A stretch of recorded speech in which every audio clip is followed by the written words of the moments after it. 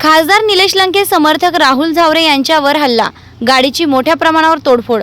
अहमदनगर दक्षिण लोकसभा निवडणुकीचा निकाल नुकताच 4 जून रोजी लागला असून यात राष्ट्रवादी काँग्रेस शरदचंद्र पवार पक्षाचे उमेदवार निलेश लंके यांनी विजय मिळवला व भाजपाचे विद्यमान खासदार सुजय विखे पाटील हे पराभूत झाले।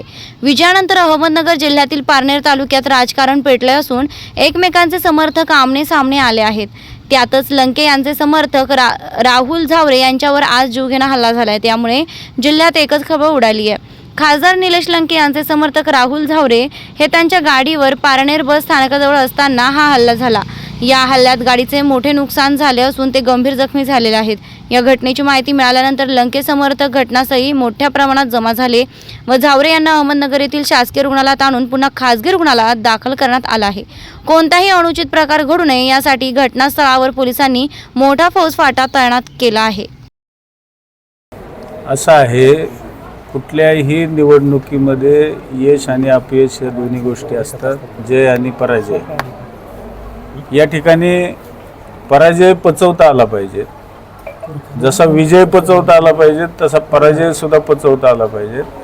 आज अत्यंत पारनेरमध्ये दुर्दैवी घटना घडलेली आहे।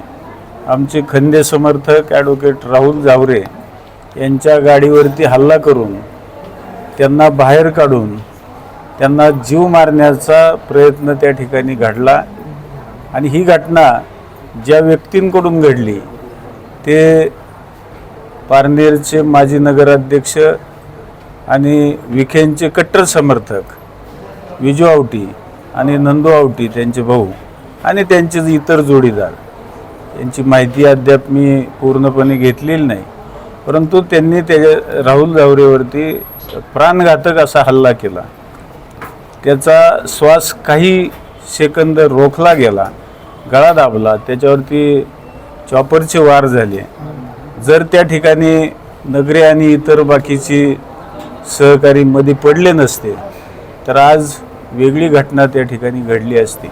आणि म्हणून माझी प्रशासनाला विनंती आहे की पोलीस खातं या जिल्ह्यामधलं कुणाच्या इशाऱ्यावरती चालतं। जर पालकमंत्र्यांचा अत्यंत कट्टर कार्यकर्ता हा जर हल्ले करत असेल तर त्याला संरक्षण हे दिलं गेलं नाही पाहिजे, त्याच्यावरती कठोरात कठोर कारवाई झाली पाहिजे।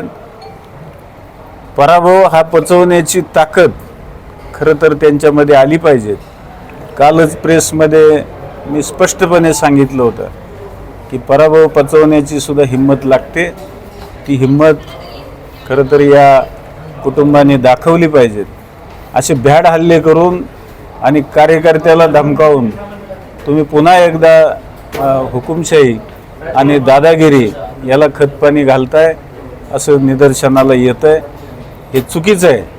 निश्चितच कार्यकर्त्याला आवर घालण्याचं काम नेत्यांनी करायचं असतं आणि ते जर केलं नाही तर इथून पुढच्या काळामध्ये अशा घटना वारंवार घडतील आणि त्याला जबाबदार हे निश्चितपणाने पराभव झालेलेच असतील, याची नोंद त्यांनी घ्यावी। अन्यथा याच्यामध्ये आम्हाला सुद्धा कठोरात कठोर पाऊल उचलावं लागेल। आणि निश्चितपणाने गृहमंत्र्यांना माझी विनंती की आपण निपक्षपातीपणाने या घटनेची चौकशी आणि त्याच्यावरती कठोरातला कठोर गुन्हा 307चं कलम वास्तविक पाहता त्या ठिकाणी लागलं गेलं पाहिजे आणि ते जर नाही लावलं तर या जिल्ह्यामध्ये आंदोलन झाल्याशिवाय राहणार नाही। 100% आंदोलन होणार आणि आम्ही करणार, सामाजिक कार्यकर्ते आम्ही साहेब। अत्यंत दुर्दैवी घटना ही आहे आणि त्या घटनेचा मी जाहीरपणाने निषेध करतो।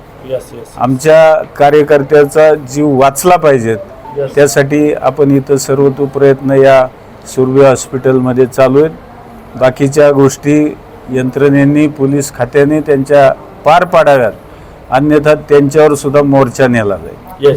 सर्वप्रथम राहुल झावरेंवर जो हल्ला झालेला आहे तो सुनियोजित असल्यामुळे एक 5-6 जणांनी आपल्या गळ्याभोवती त्यांना गळ्या दाबून मारण्याचा प्रयत्न केल्यामुळे जे एपिग्लॉटिस बोन असतं आपलं तिथे फ्रॅक्चर असण्याची शक्यता आहे.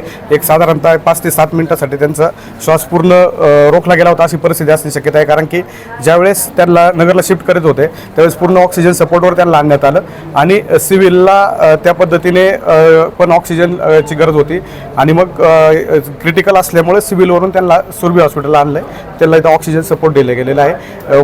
मे बी एक 7 ते 8 जणांनी एकाच वेळी गळा दाबण्याचा प्रयत्न केल्यामुळे अशी परिस्थिती उद्भवलेली आहे आणि बाकीचा मारा आहे ते डॉक्टर पुढची तपासणी. पण सगळ्यात महत्त्वाचं गळा दाबल्यामुळं ते अनकॉन्शियस आहेत.